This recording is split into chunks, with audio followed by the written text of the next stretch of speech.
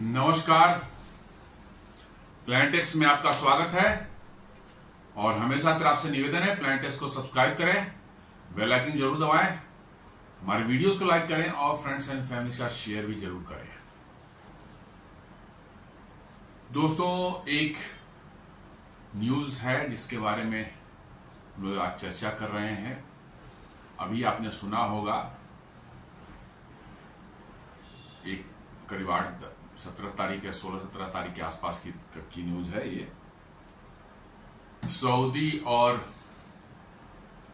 पाकिस्तान के बीच में एक रक्षा समझौता हुआ है। जी हाँ, हालांकि उसके मसौदे क्या है वो निकल करके नहीं आए हैं, लेकिन पाकिस्तानी बड़े जोर जोर से चिल्ला रहे हैं कि साहब जो है हम लोगों ने एकदम जबरदस्त एक एग्रीमेंट कर लिया है, समझौता कर लिया है। दोनों देशों के बीच में जो है किसी एक पर हमला जो होगा तो दोनों पर माना जाएगा और दोनों मिलकर लड़ेंगे। ये सब तमाम तरह की बातें जो है वो कर रहे हैं। हालांकि इस तरह के एग्रीमेंट दो देशों के बीच में होते हैं तो उनकी पार्लियामेंट या जो उनकी जो हाईएस्ट बॉडी होती है उसका अप्रूवल लगता है। बट पाकिस्तान तो भाई कुछ अलग ही है। पैसे कहीं से मिल गए वहां की आर्मी को, वो जाके आर्मी ही कर लेती है। सरकार को पता भी रहता है कि नहीं रहता है, गॉड नोज। पता भी होगा तो आर्मी के सामने बोलने की हिम्मत नहीं है, लेकिन खूब प्रचारित किया गया, साहब ये हो गया, वैसे हो गया। अब इजराइल को जो है ठोकेगा पाकिस्तान, जो है न्यूक्लियर बम पाकिस्तान पर, सारी बातें जो है हो रही थी। और बीच में एक खबर ये भी आई कि जब 25,000 जो है इसी समझौते के तहत 25,000 पाकिस्तानी सैनिक जो हैं वो जाएंगे कहां? सऊदी अरब। और सऊदी अरब में भी कहां डिप्लॉय होंगे? यमन के बॉर्डर पर। सऊदी अरब यमन के बॉर्डर पर वो डिप्लॉय होंगे हूथियों से लड़ने के लिए। जी हाँ, हूथियों से लड़ने के लिए। जिन हूथियों से जो है सऊदी अरब 6-7 साल तक लड़ा और उनका कुछ बाल बाका नहीं कर सका, उल्टे उन्होंने ही ड्रोन अटैक कर करके जो है सऊदी के ऑयल फैसिलिटीज को इस कदर एक बार डैमेज किया था कि उनकी प्रोडक्शन जो है आधे पर आ गई थी। ऑयल प्रोडक्शन हालत उनकी खराब कर दी थी, जबकि उन्होंने अमेरिकन पैट्रियट और थार्ड सब बड़े बड़े एयर डिफेंस सिस्टम जो है लगा रखे थे। अमेरिकन है, साला किसी को उड़ा देंगे, कहीं भी चला देंगे, कोई घुस नहीं सकता सऊदी के अंदर में, सारे दावे थे उनके। सऊदियों ने ऐसा एक स्वाम ड्रोन भेजा, वहां से सैकड़ों की तादाद में घुसे और इनके ऑयल प्रोडक्शन के फैसिलिटीज, ठिकाने, रिफाइनरीज और इस बुरी तरह से अटैक हमला किया कि घुटने पर सऊदी आ गए थे। और एक बार उसी तरह से जब सऊदी के वेस्टर्न कोस्ट पर रेड सी किनारे जद्दा के आसपास जो है उनका ऑयल टर्मिनल है, उस पर भी हमला किया ड्रोन से जो है। और वहां बड़े बड़े ऑयल टैंक्स जो हैं जिसमें तेल भरे हुए थे उसमें आग लग गए। कई दिनों तक जो है आग जलती रही, सऊदियों की हालत खराब कर रखी। और वो हूथी जो है जितने जैसे लड़ाके हैं उनसे जाके पिद्दी जो है पाकिस्तान की सेना जो है लड़ेगी। हूथियों ने तो पहले ही बोल दिया, सुनते ही बोल दिया कि भाई ठीक है 25,000 आ रहे हैं, हम लोग 25,000 जो है कब्र यहां खोद करके पहले से तैयार रखते हैं, आ जाए फरिया लेंगे। सुनते ही पाकिस्तानियों की पैंट गीली हो गई। जी हाँ, उन्होंने साफ साफ कहा हूथियों ने कि 25,000 कब्रें हम यहां तैयार करके बैठे हुए हैं, आ जाओ। और पाकिस्तानियों की सुनते ही पैंट गीली हो गई और तब से बिल्कुल चुप्पी लगा के बैठे हुए, कोई कुछ नहीं बोल रहा है, कोई कुछ नहीं बोल रहा है। ये सऊदी की क्या सुरक्षा करेंगे? अपनी सुरक्षा पहले कर ले। इनके देश के अंदर में जो चल रहा है, टीटीपी और बलोच लिबरेशन आर्मी ने जो इनकी हालत खराब कर रखी है। हर दिन 25, 30, 40 इस संख्या में इनके सैनिक मारे जा रहे हैं। जी हाँ, एवरी डे 20-25, किसी दिन 15, किसी दिन 20, किसी दिन 25, किसी दिन 30 इनके जो है मारे। कल भी जो है बलोची लिबरेशन आर्मी ने जो है वहां बलूचिस्तान के अंदर में एक अटैक किया, 2 गाड़ियों पर जो है उनके 17 सैनिक जो है और ऑफिसर्स मारे गए थे। कल की बात। और इस इरिटेशन में अब पाकिस्तान इस तरह से बौखला गया है कि उन्होंने अभी 3 दिन पहले जो है अपने ही देश खैबर पख्तूनख्वा के एरिया के एक जगह पर जो है उन्होंने F-17 हवाई जहाज जाके बमबारी कर अपने देश के अंदर में, जिसमें बड़ी संख्या में 30 के लगभग में जो है लोग, ज्यादातर सब महिलाएं और बच्चे थे, वो मारे गए, जिसको लेकर के खैबर पख्तूनख्वा पश्तूनों के बीच में जबरदस्त रोष है। और वहां पाकिस्तान की आर्मी अब कहीं पर भी दिखेगी, कहीं पर भी होगी तो वो बचेंगे नहीं। तो इन पाकिस्तानियों को बीच में जो है इतने बड़े बड़े दावे कर, जो अपने देश के अंदर कुछ नहीं कर पा रहे हैं, वो सऊदी के अंदर जाके पता नहीं क्या करेंगे। इसी में जो है एक न्यूज आती है कि इजराइल ने पाकिस्तान का जो है एक LPG शिप जो है, LPG टैंकर जो है, LPG कैरी करने वाला शिप जो है, उसको बॉम्बिंग कर दी है। जी हाँ, उस पर आग लग गई और उसमें जो है 27 पाकिस्तानी क्रू थे, 2-3 और थे बाहर के भी, श्रीलंका नेपाल के भी 2-3 थे, लेकिन 27 पाकिस्तानी थे। और इनको जो है ये शिप कहां था, यमन के कोस्ट के पास था। अब कहां से LPG ले जा रहा था, कहां से ला रहा था, कहां ले जा रहा था, वो हम देखेंगे आगे।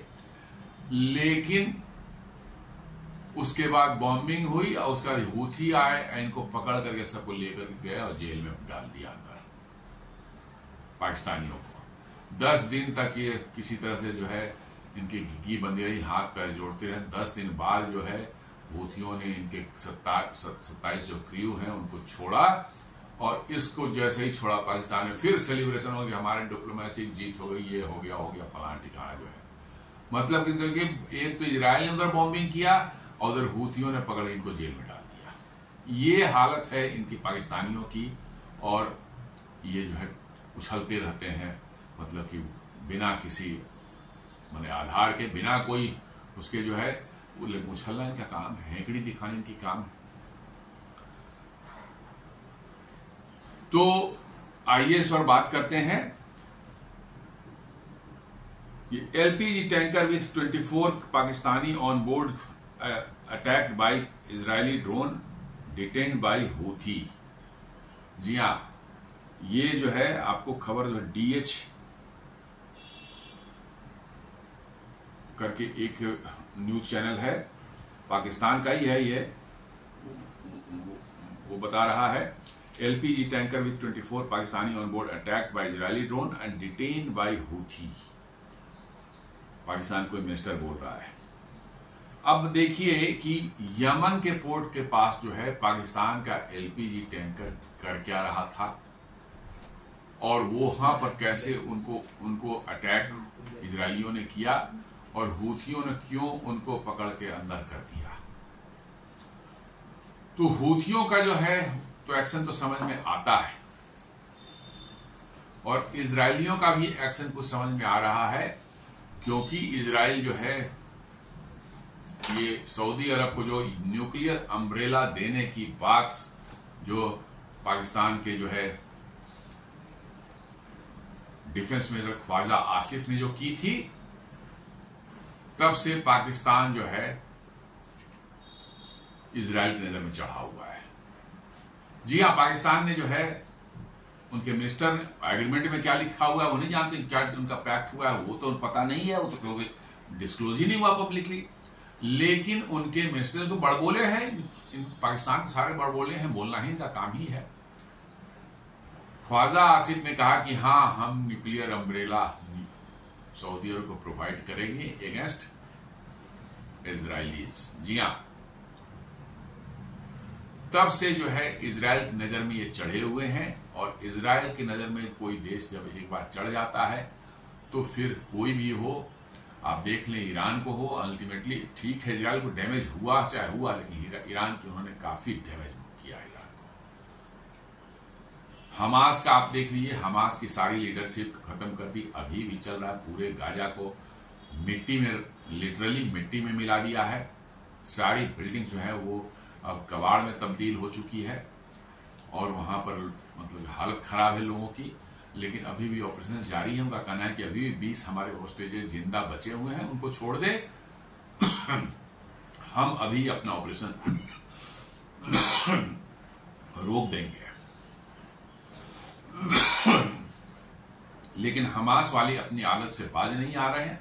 उनको तो बस ये लड़ाई इजराइल से लड़नी है, दिखाना कि यहूदियों से साहब हम हजारों साल से लड़ते आए हैं, हजारों साल तक लड़ते रहेंगे। उसके लिए चाहे हम खत्म हो जाएं, मर जाएं, मिट जाएं, कोई फर्क नहीं पड़ता। हजारों लोग मारे गए हैं लेकिन वो मान नहीं गए। हिजबुल्लाह को आप देख लें, हिजबुल्लाह को कैसे जो है उसके टॉप लीडरशिप से नीचे तक जो है पाकिस्तान इजराइल ने किस तरह से जो है उनको नेस्तनाबूद किया। यमन ने भी जो है कुछ अपनी ओर से कोशिश की थी, यमन को भी अच्छा खासा उन्होंने कूटा। हालांकि यमन से भी कुछ मिसाइलें वहां मारी गई थी, बट वो मोस्टली जो इंटरसेप्ट हो गई। एक मिसाइल जो है उनके एयरपोर्ट के पास में कहीं गिरी थी, एयरपोर्ट के परिसर में कहीं गिरा था, जिससे कुछ डैमेज वगैरह हुआ था। बट हूथियों से मोस्टली जो है उन्होंने अपने आप को बचा लिया। ज्यादातर उनके एयर डिफेंस ने जो है उन सबों को रोक लिया था। हाँ, ईरान पर जब उन्होंने किया था, ईरान ने जब रिटेलिएट किया था, बहुत लंबे, बहुत ढेर सारे मिसाइल्स और मारे थे, दागे थे। उसमें से कुछ मिसाइल जरूर तेल अवीव और उनके शहरों पर गिरे थे और अच्छी खासी डैमेज हुई थी और कुछ लोग मारे भी गए थे। जी हाँ, तो वहां पर जो है अब मतलब कि जो हूथी भी इजरायली के दुश्मन है और पाकिस्तान भी इजराइल का दुश्मन है। और इसके पाकिस्तान के एलपीजी टैंकर पर ड्रोन से हमला किया इजराइल ने, तो ये था कि भाई इजराइल का दुश्मन दोस्त का दुश्मन दोस्त होता है। तो हूथियों को पाकिस्तानियों की जो क्रू जी थी वहां की मदद करनी चाहिए थी, लेकिन उनको उन्होंने पकड़ा और जेल के अंदर बंद कर दिया। बड़े मान मनौवल के बाद 10 दिनों बाद किसी तरह से उनको छोड़ा। 10 दिनों तक कोई न्यूज नहीं थी, कहीं नहीं, एकदम नहीं। जब छूट गए तब पाकिस्तानियों ने अपना गधैया नृत्य करना शुरू कर दिया, जो है वो छूट गया, हमने डिप्लोमेसी हमारी इतनी तगड़ी है, ये है, सारा कुछ शुरू कर दिया। और तो ये बड़ी वो है कि भाई इजरायलियों ने मारा तो हूथियों ने उनको क्यों पकड़ लिया। उसका कारण है कि जो सऊदी अरब के साथ इन्होंने पैक्ट किया है और जो न्यूज निकल कर के आए कि पाकिस्तानियों का इस्तेमाल जो है सऊदी अरब और यमन के बॉर्डर पर होगा, इसलिए जो है हूथी इनसे खार खाए बैठे हैं। और वैसे भी हूथी शिया हैं और पाकिस्तानी सुन्नी है। तो शिया सुन्नी का तो ये तो 1400 साल से लड़ाई चल रहा है। तो मुझे लगता है ये दोनों फैक्टर मिलकर के जो है पाकिस्तानियों को जो है कूटने में जरा सी भी कोई कसर नहीं छोड़ी। पाकिस्तानियों ने बड़े बड़े वो क्लेम करने शुरू किए, सऊदी को हम ऐसे प्रोटेक्ट करेंगे, वो प्रोटेक्ट करेंगे, सारा कुछ करेंगे। सऊदियों ने कुछ नहीं अपनी ओर से बोला है। बेसिकली सऊदी अरब ने जो है पाकिस्तानी सेना को भाड़े पर लिया है और पाकिस्तानी सेना पहले से भी भाड़े पर हमेशा जाती रही है। जी हाँ, 1973 में जो है 71 की बात है, 71 या 72 की बात है, जो कि जॉर्डन के राजा ने, शाह ने जो है इजराइल की सेना को भाड़े पर बुलाया था। किस लिए? फिलिस्तीनी जो वहां बवाल मचा रहे थे और वहां के सरकार की जो है राजा की तख्ता पलट करने की कोशिश कर रहे थे, उनको जो है खत्म करवाने के लिए। और पाकिस्तान की सेना ने उस समय जो है ब्रिगेडियर रैंक में थे ये आपके जो है जनरल जियाउल हक, वही उसकी लीड कर रहे थे। और लोग बताते हैं कि एक ही दिन में उन्होंने करीब करीब 25,000 से ज्यादा जो है फिलिस्तीनियों की वहां पर हत्या की। और तब से मामला शांत हो गया। वहां पर फिलिस्तीनी वहां से या खिसक ली या दुबक लिए सब जो है। उसको बोला भी जाता है ब्लैक सितंबर। जी हाँ, ब्लैक सितंबर के नाम से आप खोजेंगे गूगल पर जो है आपको मिल जाएगा। आप देखेंगे कि क्या पाकिस्तान, वो भाड़े की ही सेना थी, भाड़े पर बुलाए गए थे। और कई बार पहले भी जो है सऊदी अरब में जो है ऐसे भी भाड़े की कुछ उनकी आर्मी रहती है, ताकि जो है वहां के सऊदी के जो है रॉयल फैमिली का है उनकी सुरक्षा वगैरह में जो है वो रहते हैं। कुछ शायद मक्का मदीना की सुरक्षा में रहते हैं। तो भाड़े पर जाना इनका काम है। तो इस बार भी सऊदियों ने इनको वर्चुअली भाड़े पर बुलाया है। ये अपनी इज्जत बचाने के लिए अपने देश में अपने लोगों की, पाकिस्तान में भी अपने देश के अंदर भी आर्मी के प्रति बहुत ज्यादा लोगों में रोष है। खासकर जब से इमरान खान को बंद कर रखा है, उसको टॉर्चर इन्होंने किया है और उसको सेक्सुअल अब्यूज की भी खबरें आई थी पिछले साल, तो तब से जो है बहुत ज्यादा लोगों में आक्रोश है। इसलिए जो है यदि ये बताया था कि वे भाड़े पर हम अपनी सेना जो है सऊदी में भेजेंगे तो शायद बहुत मतलब कि जो है बवाल अंदर में कटता। इसलिए उन्होंने कहा नहीं, ये एक पैक्ट हमने किया है। पैक्ट ये है कि साहब हम पर हमला होगा तो सऊदी हमको मदद करेंगे, सऊदी की हमला होगा तो हम उनको मदद करेंगे। ये संभव ही नहीं है, ये संभव ही नहीं है कि सऊदी के पास अब उनके पास इक्विपमेंट जरूर है, जी हाँ, उनके यहाँ F-15 है, उनके पास जो है राफेल प्लेन वगैरह भी हैं, अच्छे अच्छे प्लेन्स उन्हें F-16 है, सब ले रखे हैं, लेकिन उनके पास लड़ने के लिए आदमी नहीं है, उनको इस्तेमाल करने के लिए आदमी नहीं। सुनने में आता है कि पाकिस्तानी ही उनके प्लेन को भी चलाते हैं, क्योंकि सऊदी में इतना पैसा है, वो ऐश मौज करेंगे, उनको काम धंधा थोड़े करना है, सब इसकी काम कौन लेकर अपनी जान होना है, उसके लिए भाड़े पर लेते हैं। और इस बार भी उन्होंने भाड़े पर ही चलाई है।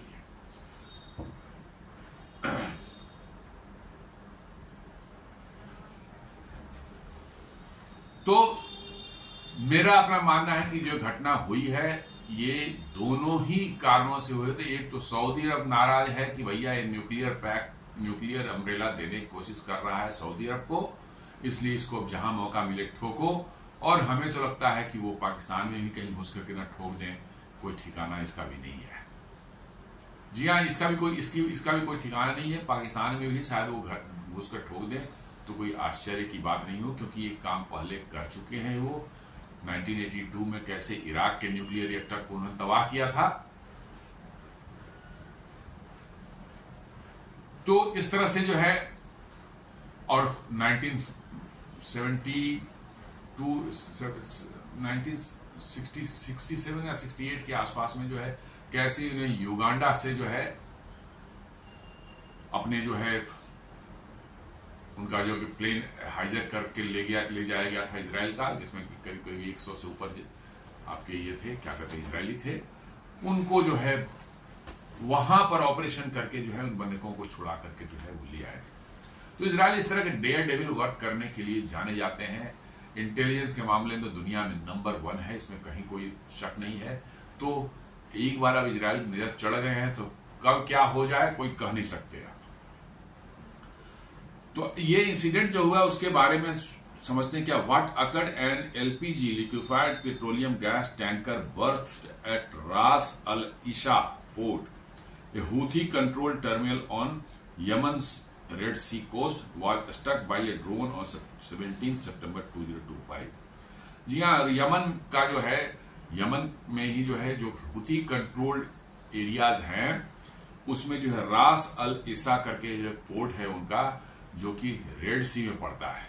जी हाँ, रेड सी में वो पोर्ट है और वहीं पर जो है कहते हैं कि ये टैंकर जो है वहीं पर लगा हुआ था, रास अल इसा के जो है पोर्ट पर लगा हुआ था, जो कि रेड सी पर है। और इस पर जो एक ड्रोन ने स्ट्राइक किया। हालांकि इस स्ट्राइक के बारे में इजराइल भी क्लेम नहीं कर रहा है कि हमने ये स्ट्राइक किया है।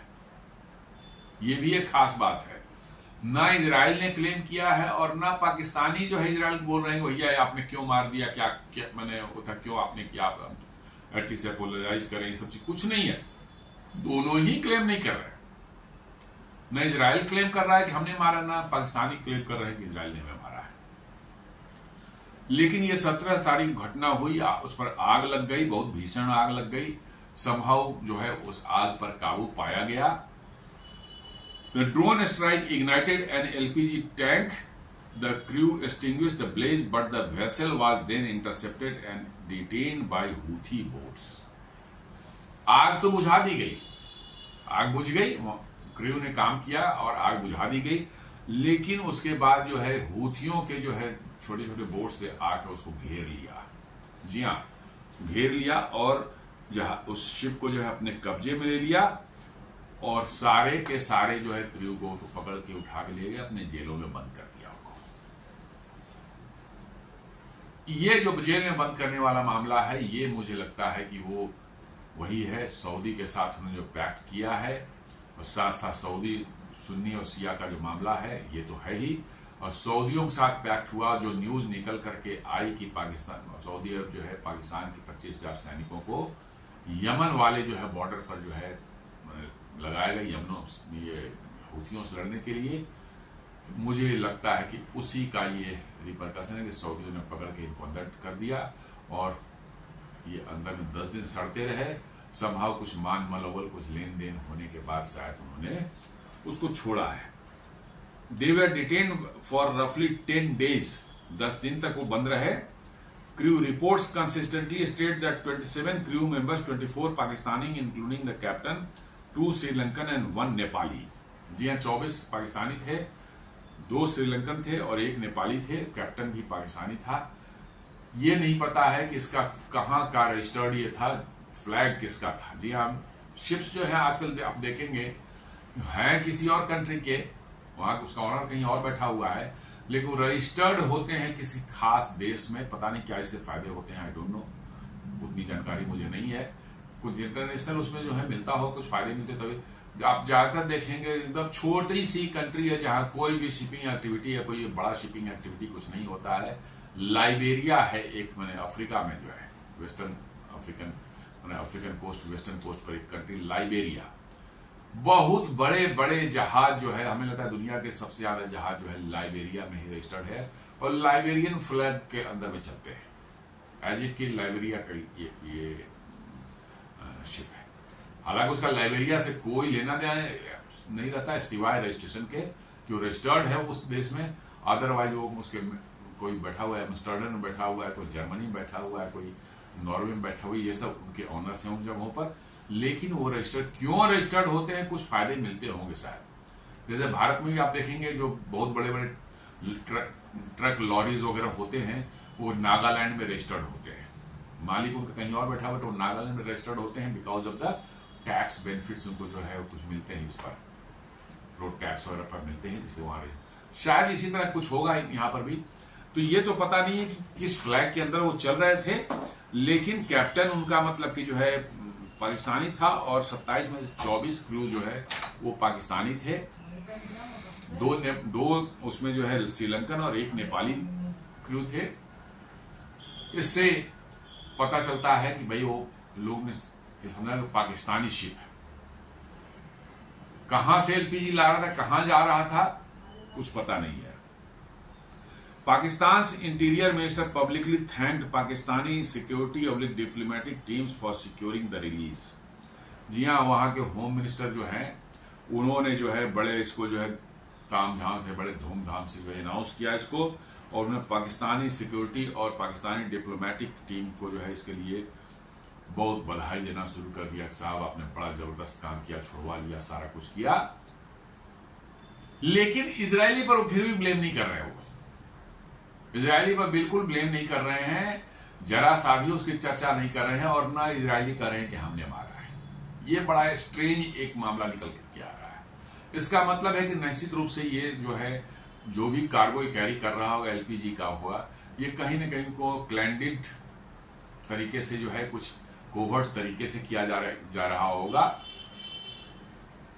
नॉर्मल मतलब सारे रूल्स रेगुलेशन नेविगेशन के या जो ट्रेड के होते हैं उसको फॉलो नहीं कर रहा था ये, इसीलिए जो है कोई उस पर ज्यादा बातचीत नहीं हो रही है।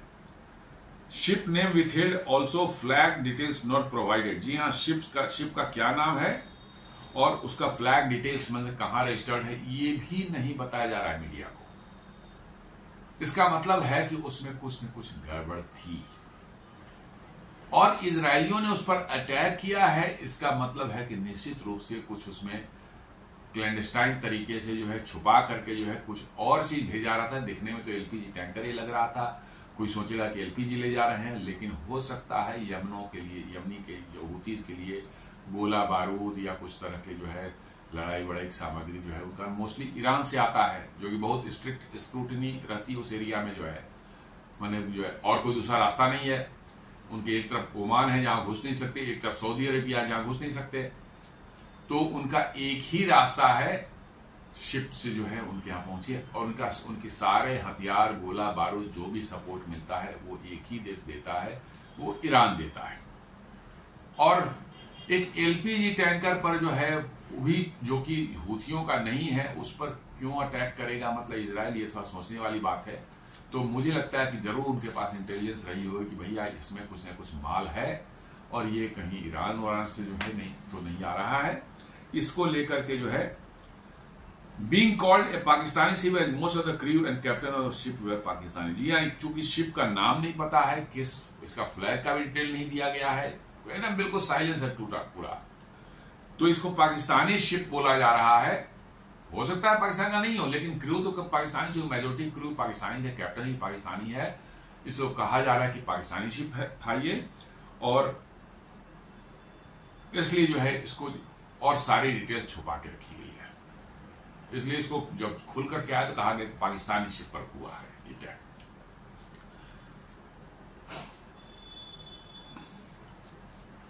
अब ये सवाल उठता है कि इजराइल आखिर क्यों टारगेट इस शिप को कर सकता है। इस पर में यदि देखा जाए तो इजराइल भी इसको कंफर्म तो बिल्कुल नहीं कर रहा है, लेकिन पाकिस्तान के जो है इंटीरियर मिनिस्टर, इजराइल को नहीं बोल रहा है कि हमने मारा है, लेकिन पाकिस्तान के इंटीरियर मिनिस्टर जो है उन्होंने कहा कि इजराइल ने इस एलपीजी शिप को जो है टारगेट किया था। जी हाँ, पाकिस्तान के जो इंटीरियर मिनिस्टर है वो कह रहे हैं कि इजराइल ने इसे मारा है, ज्यादा कुछ नहीं बोलता ही बस कि इजराइल ने मारा है। कोई हो हल्ला जो है, हल्ला हंगामा जो नहीं कर रहे हैं, चुपचाप जो है गुपचुप इसको रखा जा रहा है और उम्मीद की जा रही है कि मामला यहीं दब जाए। पता नहीं क्या रीजन है, लेकिन इजराइल कुछ बोल ही नहीं रहे इसके बारे में। Since the ship was docked at Red Sea port and the Pakistani crew, Israel might have thought LPG is a major import for Houthis over which they earn tax revenue as well। अब ये निकल करके आ रही है कि चूंकि ship जो है रास ईसा पोर्ट पर लगा हुआ, रास ईसा पोर्ट पर लगा हुआ था, जो यमन में हूथियों कंट्रोल में है, और उस पर सारे के सारे पाकिस्तानी क्रू हैं, तो हो सकता है इजराइल को यह शक हुआ हो कि भाई दो चीजें हो सकती है। एक तो है कि एलपीजी जो है, जो हूथीज जो है बड़े काफी तादाद में इंपोर्ट करते हैं अपने लोगों को डिस्ट्रीब्यूट करने के लिए, इससे उनको टैक्स वगैरह उस पर कलेक्ट करते हैं ना, बड़ी अच्छी अर्निंग हूथियों की होती है। जी हाँ, पब्लिक के बीच में वो डिस्ट्रीब्यूट होता है सिलेंडर में भर करके जो है, तो हूथियों की बहुत अच्छी अर्निंग होती है उससे, और उससे अच्छा रेवेन्यू जनरेट होता है। तो उनको चाहिए, पैसे चाहिए लड़ाई के लिए, जो है उनका काम ही है लड़ना, तो उसके लिए पैसे उनको इकट्ठे। एक तो ये रीजन हो सकता है कि भाई उनके पैसे के सोर्स पर ही इजराइल अटैक कर रहा हो। और रास अलीसा पोर्ट जो है is used to supply dual use cargo weapons as well signalling stay away from Yemeni waters. जी हाँ, वहां पर जो है नॉर्मल कार्गो आता है, और ये भी देखा गया है कि वहां वेपन्स भी आते हैं, खासकर ईरान से। और यमनी का जो है, हूथियों का जो है, कोई और दूसरा रास्ता ही नहीं है जहां से वो हथियार वगैरह ईरान से ला सके। तो इसी तरह से छुप छुपा करके जो है एक कवर के अंदर में, कैमोफ्लेज के अंदर में लाते हैं, एलपीजी का टैंकर में गोला बारूद मिसाइल वो छुपा के ला रहे होंगे। तो इजराइल ने शायद ये एक मैसेज दिया है कि भैया वो हूथियों के पोर्ट से जो है, यमन के जो कोस्ट है, वहां के पोर्ट्स हैं, वहां से जो है सारे जहाज दूर रहें, वहां जाने की कोशिश नहीं करेंगे तो भाई इजराइल अटैक कर सकता है। दोनों कारण हो सकते हैं, इसमें दूसरा वाला कारण ही ज्यादा मुझे अप्रोप्रिएट लग रहा है कि ये निश्चित रूप से जो है कुछ एलपीजी लेके चला होगा ईरान से, और साथ साथ जो है गोला बारूद बम भी छुपा करके वहां ले गया होगा हूथियों के। पाकिस्तानी यही करते ही हैं, पाकिस्तानी और दूसरा कुछ कर नहीं सकते। उनका 2 नंबर वाला काम है, 2 नंबर के लोग हैं वो लोग, 2 नंबर वाला काम है उनका, वो यही करते रहते हैं। और इसलिए जो है वो इजराइल का शक इसमें हुआ हो कि भाई ये शिप जा रहा है और ईरान से चल के जा रहा है, सारे पाकिस्तानी क्रू हैं, उनके पास निश्चित रूप से इंटेलिजेंस रही होगी कहाँ क्या मतलब कि जा रहा है, और उन्होंने इसीलिए ठोका है इसको।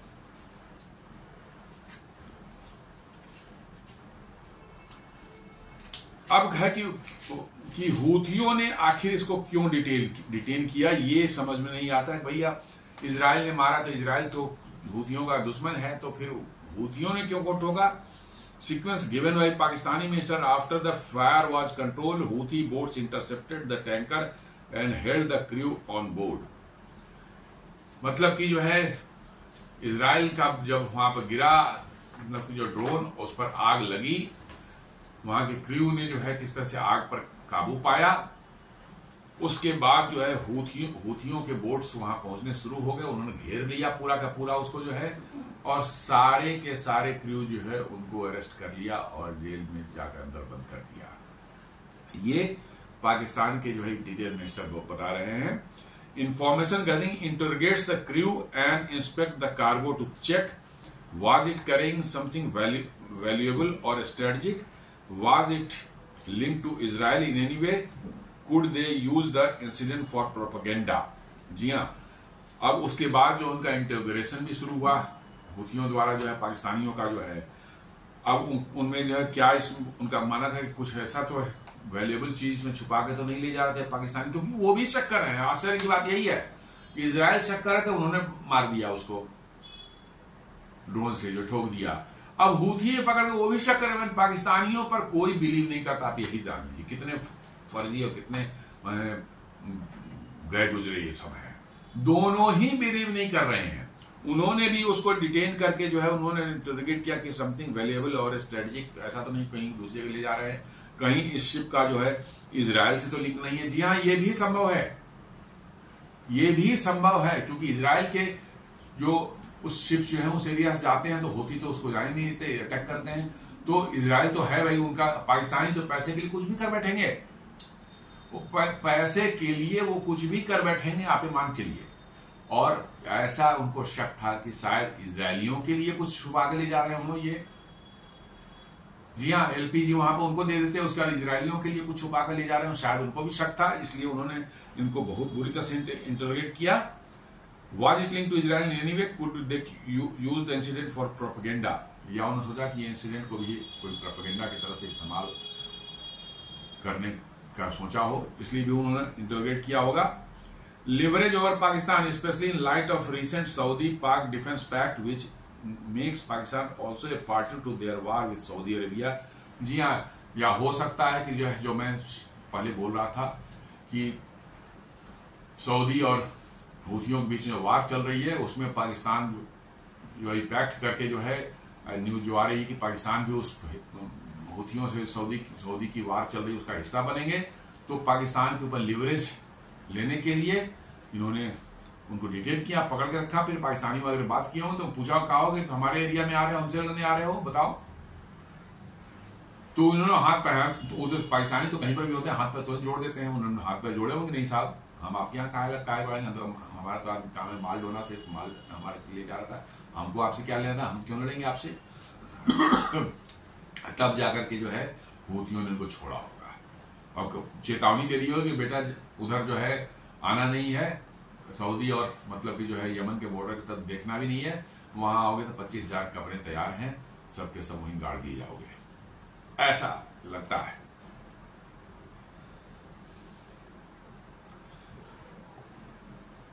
सऊदी पाक डिफेंस पैक्ट जो है no communication of condemnation of Israel, Israel को पर का कोई कंडेमनेशन पाकिस्तान नहीं किया।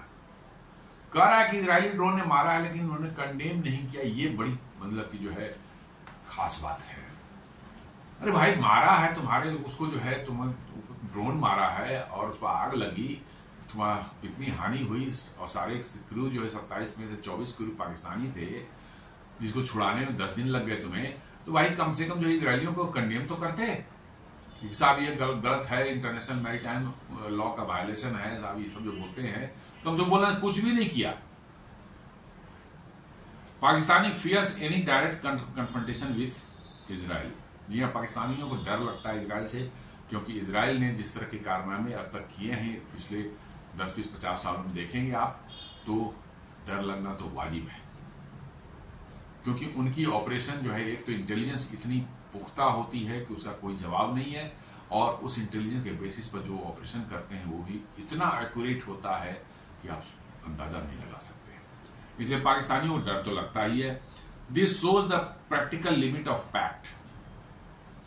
जी हाँ, जो पैक्ट हुई है उसका लिमिटेशन यहीं से दिखना शुरू होता है कि हूथियों ने धमकाया 10 दिन के अंदर, उसके सामने हाथ पैर जोड़े, तब जाके उन्होंने छोड़े हैं।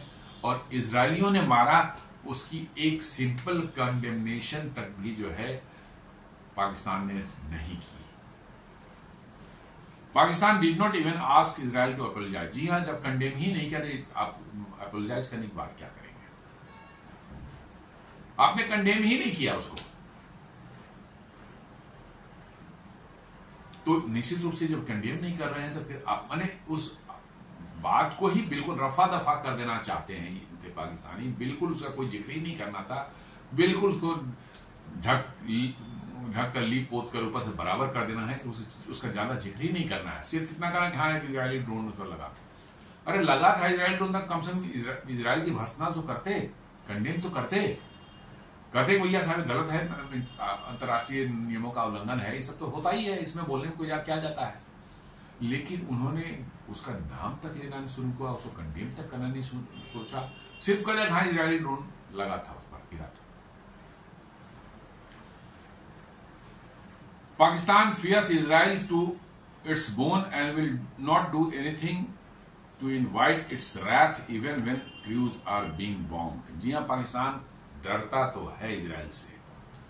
जी हाँ, इजराइल से अरब देश भी डरते तो हैं, और इसलिए तो अमेरिका को हफ्ता देते हैं वो, कतर और सऊदी अरब सब जो है हफ्ता देते हैं अमेरिका को। लेकिन हफ्ता देने के बावजूद भी कतर को देखा कैसे इजरायली ठोक के चले गए।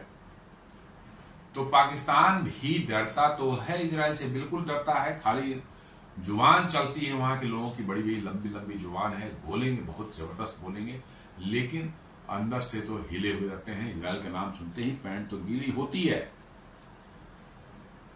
कुछ भी उन्होंने नहीं बोला जब इनके शिप को, जो इस पर 24 पाकिस्तानी थे, उसको बॉम्ब किया गया, बॉम्बिंग की गई, उस पर आग लगी, डूब भी सकता, शिप डूब भी सकता था, ऐसी कोई बात नहीं है।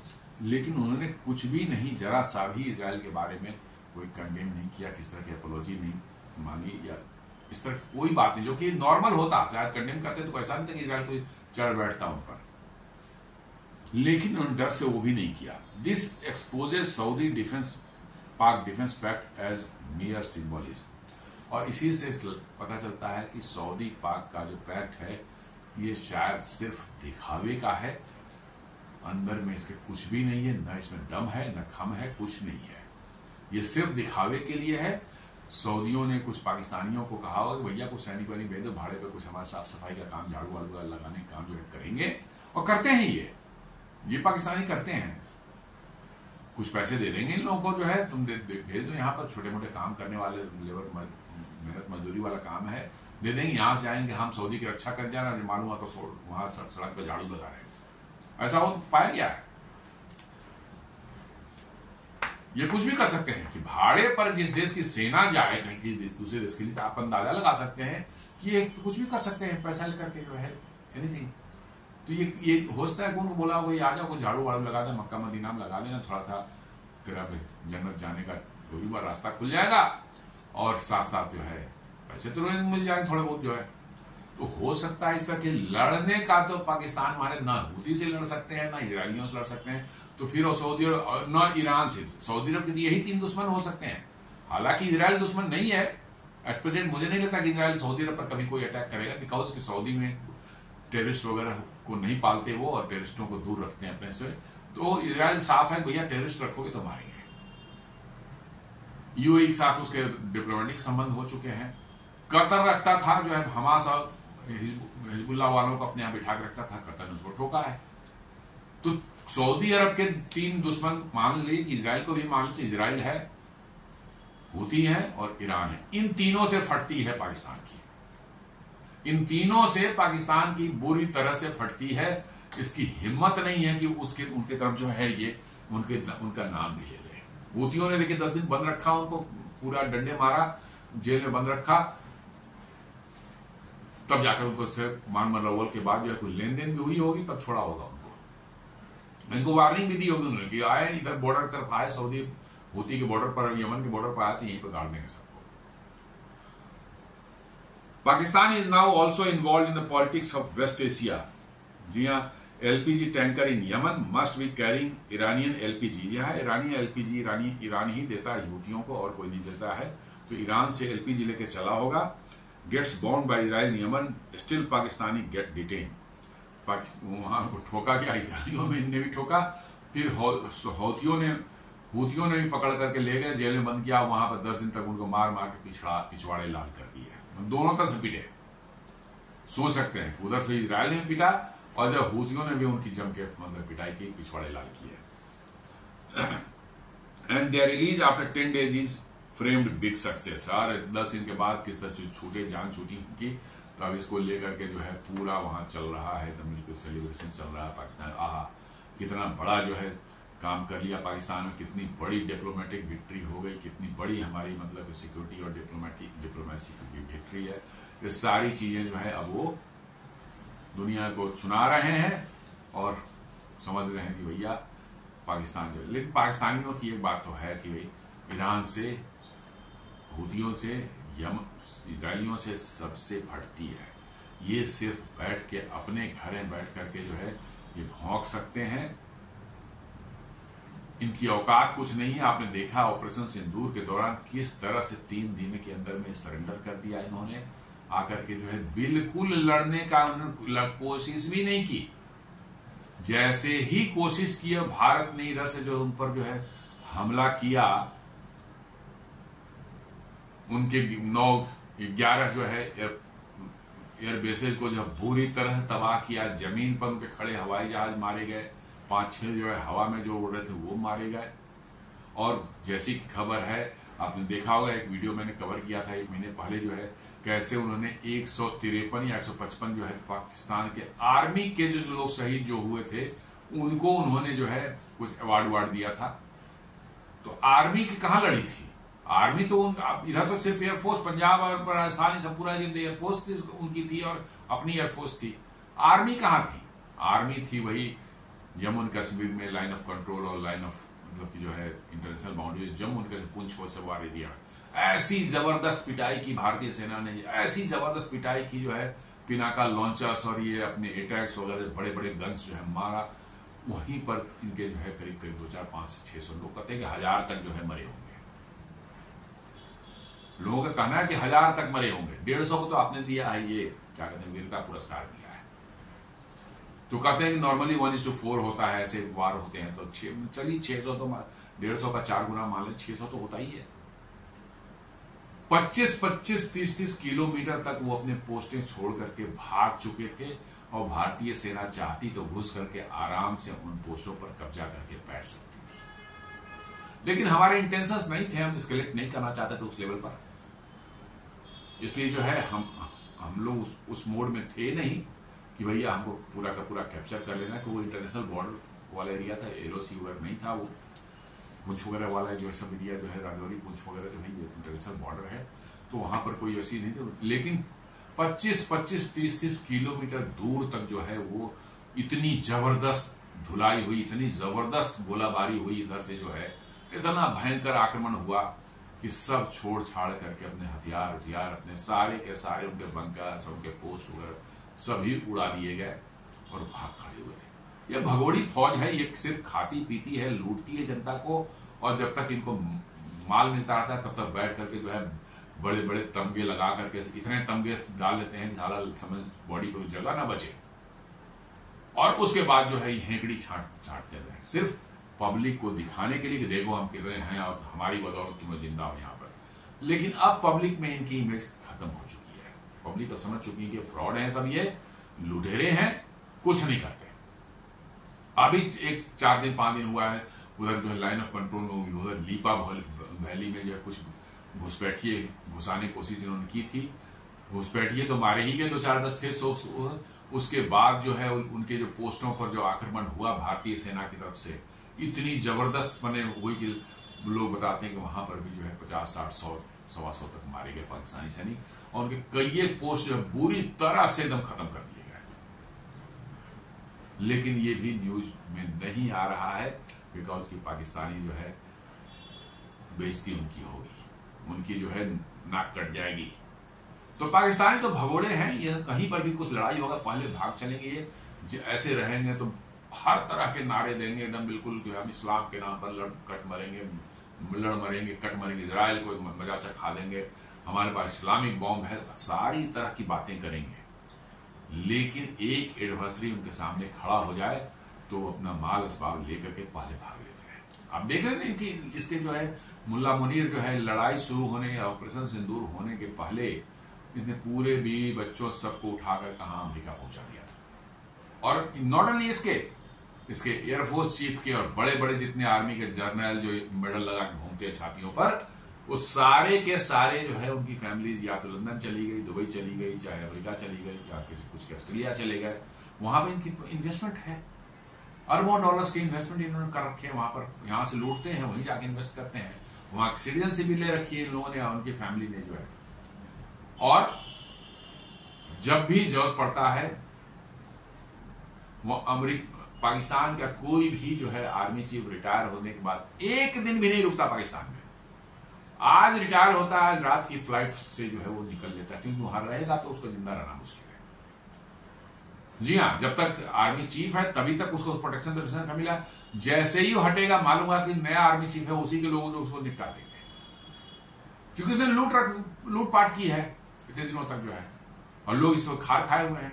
तो रिटायर होता है वो एक प्राइवेट जेट पहले से तैयार रहती है, उसे अटैची पहले से जो है तो बिल्कुल टाइट करके रखते हैं, भर के रखते हैं। रिटायर होता है, आर्मी वाले उसको कहते हैं जाओ बेटा यहां से निकल लो, बैठाते हैं उसमें जो है, नहीं तो मारे जाओगे यहाँ पर। वो बैठ जाता है वो फ्लाइट में, फ्लाइट निकलती है, उड़ जाती है, दुबई चली जाएगी, यूरोप चली जाएगी, वहां से अमेरिका चला जाएगा, फिर दोबारा वो नहीं दिखता। जी हाँ, बाजवा रिटायर हुआ, आप उसको देख लीजिए। रायल शरीफ रिटायर हुआ, उसको देख लीजिए। उसके पहले जो जनरल कयानी रिटायर हुआ था उसको देख लीजिए। मुशर्रफ रिटायर हुआ था वो देख लीजिए। जहांगीर करामात जो है 90s में था उसको देख लीजिए। ये सब कहां जाकर बैठते हैं? वहां पर जाकर, कोई ऑस्ट्रेलिया में है, कोई यूएस में है। एक तो जो है यूएस में जाकर उसने पिज्जा का जो है बिल्कुल चेन खोल रखा है, पापा जोन्स पिज्जा का जो है, वो भी पता नहीं कौन बाजवा ही उसका नाम है, ये बाजवा नहीं है, लेफ्टिनेंट कर्नल था कुछ। तो ये तो इनका धंधा है, इसलिए लड़ने वाली फौज नहीं है, ये लड़ नहीं सकती, ये खाली भभकी दे सकती है। 3 दिन में जो भारत ने मार के कचूमर निकाल दिया, तब जो है आकर खुद घुटने पर के बल पर आए और उन्होंने फोन करके बोला कि भैया बहुत पिटाई होगी, आप छोड़ दो। बाद में बात, चलो निकलो। और ये चले हैं सऊदी अरब से जो है डिफेंस पैक्ट करने। ये कुछ नहीं, सऊदियों को चूना लगा कुछ पैसे उसे लेंगे, और सऊदी को भी क्या चाहिए, इनको ले जाकर वहां को लेबर वेबर का काम करवाएंगे, साफ सफाई काम करेंगे, वो मान लो उन्होंने कहेंगे झाड़ू वाड़ू लगाई यार मेरे पैलेस में, क्या करना है। कुछ पाकिस्तान को पैसे दे देगा, जाके लोग भीख मांग रहे थे तो मुशर्रफ और ये मुल्ला मुनीर जो है उन्होंने भीख मांग रहे होंगे, कहोगे ठीक है यार भेज देना कुछ लोगों, मैं पैसे वैसे कुछ दे दूंगा। तो ये धंधा पाकिस्तान का है। बताइए, उनके टैंकर पर जो है इजराइल ने मारा और इन्होंने इजराइल को कंडेम तक नहीं किया, कुछ भी नहीं किया, चुपचाप जो है लेके बैठ गया। तो this is the situation of Pakistan. तो दोस्तों, ये एक छोटा सा वीडियो था, आज हमने ये विश्लेषण कैसे पाकिस्तान सऊदी अरब ने पैक्ट किया और कैसे इनके एलपीजी शिप पर जो है इजराइल ने यमन कोस्ट के किनारे इनको ठोका, और फिर हूतियों ने भी इनको 10 दिन तक बंद करके इनकी जबरदस्त ठुकाई की। उम्मीद करता हूं वीडियो पसंद आया होगा। आप इसे लाइक करें, फ्रेंड्स एंड फैमिली के साथ शेयर करें, हमारे वीडियो को सब्सक्राइब करें, हमारे चैनल को सब्सक्राइब करें, और बेल आइकन दबाना बिल्कुल नहीं भूलें। धन्यवाद।